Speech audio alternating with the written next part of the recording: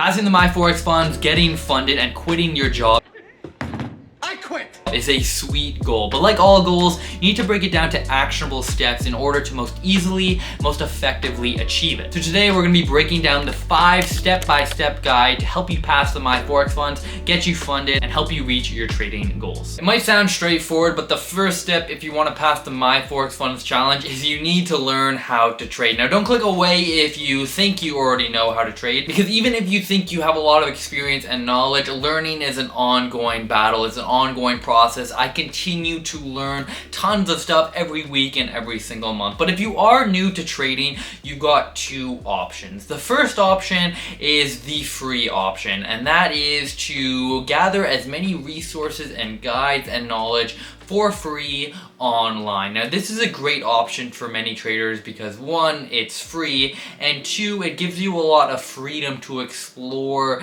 the areas of trading that are the most interesting to you, to develop your own strategy, one that fits your personality. But there is a major con to this, and that is that it's going to take you way more time. It took me roughly 4 years to find a strategy that fit my personality, a strategy that allowed me to be consistent and profitable, and I spent $10,000 on Forex courses to get to the point where I'm at today of trading full time. Now, I don't want it to take 4 years for you to accomplish the same thing. I think it's unnecessary. I jumped from one course and strategy to the next, and I think that's why it is my preference to encourage people to sign up for a course. Now, of course, if you can't afford a course, don't worry. There are a ton of free resources online, and you can 100% become a profitable trader without taking any course. But the thing about using free resources online is that it can get overwhelming basically immediately because there's so many systems,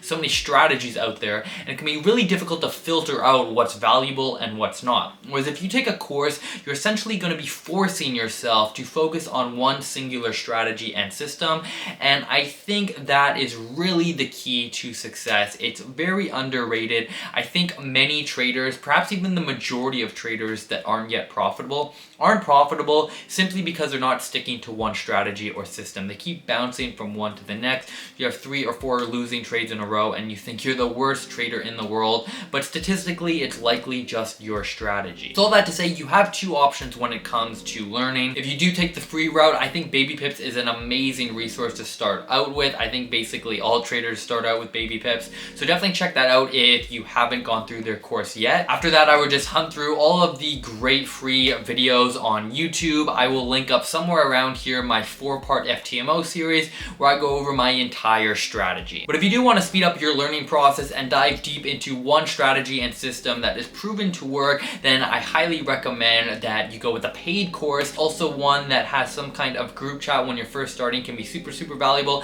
I don't think it's valuable forever unless you do really need that community, but to get started, to have somebody that you can ask questions to is super valuable. I just finished my own course that has a really small Discord group chat. We do 2 live video calls a week. I'll link that down below. That's my quick little plug. But don't let anybody tell you that you can't succeed by just using free resources online. It'll take you a little bit longer, but you 100% can. Once you have your strategy and system down, the next step is to build consistency and profitability. Now this step will take a little bit of time. Every trader is a little bit different, but I think the key here, based on my 5 years of trading, is that you're going to build consistency and profitability by just sticking to your strategy. You're going to experience periods of consecutive losing trades, and most traders think that it comes down to their strategy, but the reality is you will never ever achieve a 100% win rate. That might sound obvious, it should sound obvious, but intuitively many of us actually haven't processed this. Anytime we experience a loss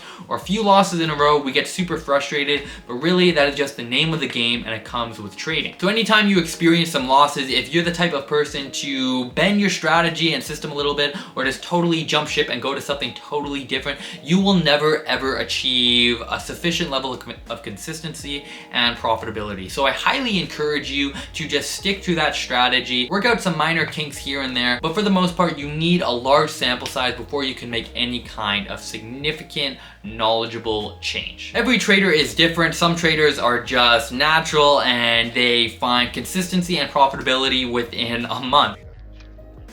and for other people it will take a year. It really depends how much work you're putting into it, and it's still at this step that you do need to be putting in a lot of work to understand the market, to understand your system, and to really try and start applying fundamentals so you don't get yourself into unnecessary losing situations. So I highly encourage you to stick with it in this phase. This stage, along with the first step, is kind of the longest and can be the most frustrating, but if you do stick with it, you'll start to see dividends pay off, and that will bring us to step 3. So you figured out your strategy, you figured out your system, you built some consistency, and you are profitable. The next question is, when do you actually take the challenge? When do you start? I get asked this question all the time. When did I decide to take my challenges? And it was really just when I was ending basically each week profitable. Now in this third step, you need to be super selective when you actually start your challenge. First off, you need to be selective because you should only be taking it once you're consistent and profitable. That is the obvious one. But the less obvious one is you need to analyze market conditions to determine whether or not now is a good time to take a challenge.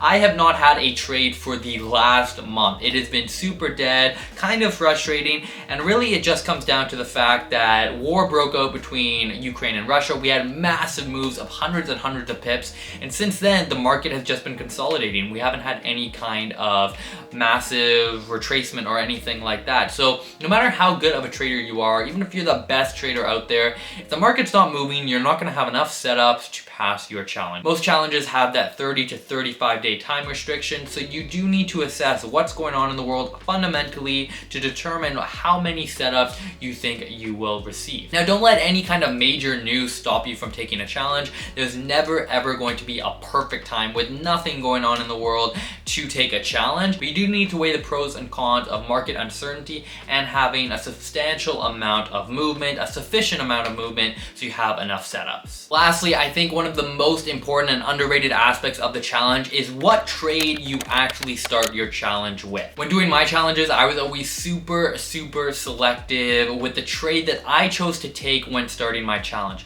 With FTMO, My Forex Funds, basically all challenges out there, you have the luxury of choosing when your challenge starts by it being activated with your first trade. So it's not always when you sign up and pay, it's actually when that first trade, that first pending or market order triggers, that's when your 30 days actually starts. And so you want to be super selective. Many traders out there are just anxious and excited to get into a challenge, and that is great, but hopping onto a weaker setup to start your challenge, starting off with a loss, you're just going to be playing catch up from the beginning. It's not good. It's not the way to do it. So you built up your strategy, your knowledge, you're feeling good, you're getting a little bit of consistency, some profitability as well, and you are ready to take the challenge. This is fantastic, and everyone watching for the most part is going to be trading a different system and a different strategy, and that is totally 100% okay, because what actually matters much more than your strategy is your risk management, especially your risk management when it comes to taking an FTMO or My Forex Funds challenge, because let's face it, 10% in a month, 10% in 30 days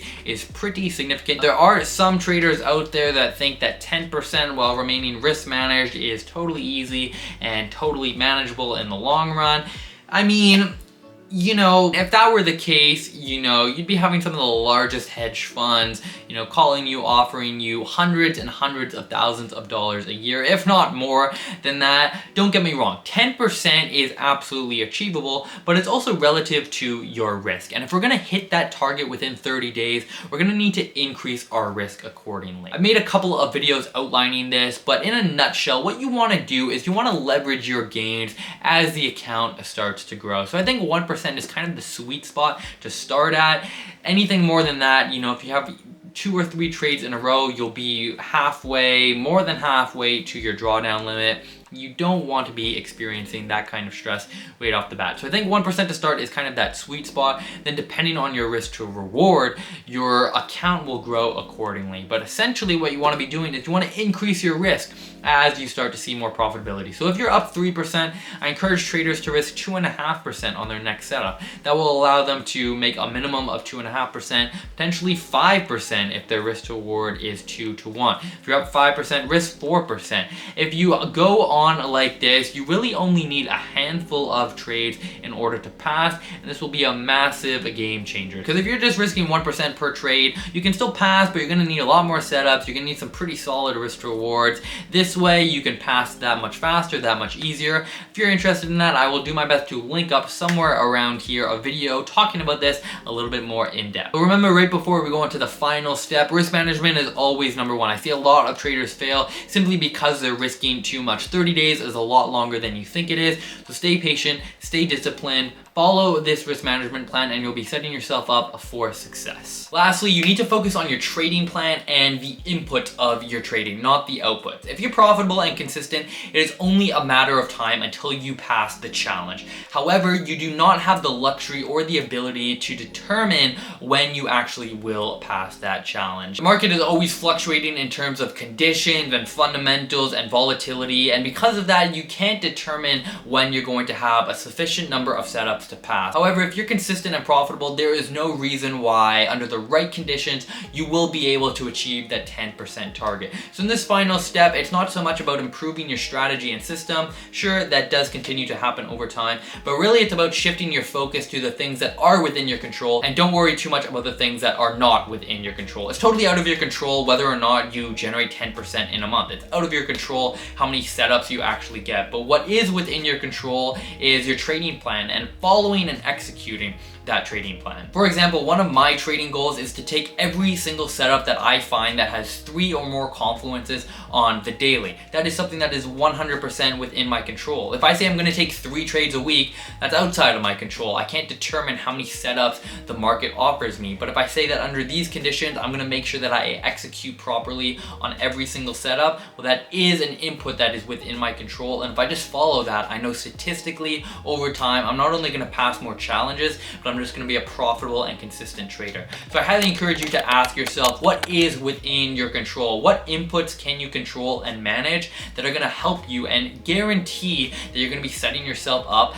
as best possible for success? It takes a lot of work, effort, back testing, and knowledge to get to this point. So you don't want to get in your own way and mess things up by just having weak psychology or weak discipline. Stay hard! I think like most things, trading really comes down to the 80-20 principle. You can achieve 80% of your trading results by just focusing on 20% of the output. So focus on your trading plan, focus on your discipline, keep things as simple as possible, and statistically it will only be a matter of time until you actually do pass that challenge. I'm going to be making a full strategy breakdown very soon. So if you're not subscribed yet, hit that subscribe button, and in the meantime, check out this video here that talks about why you keep failing your FTMO or My Forex Funds challenge.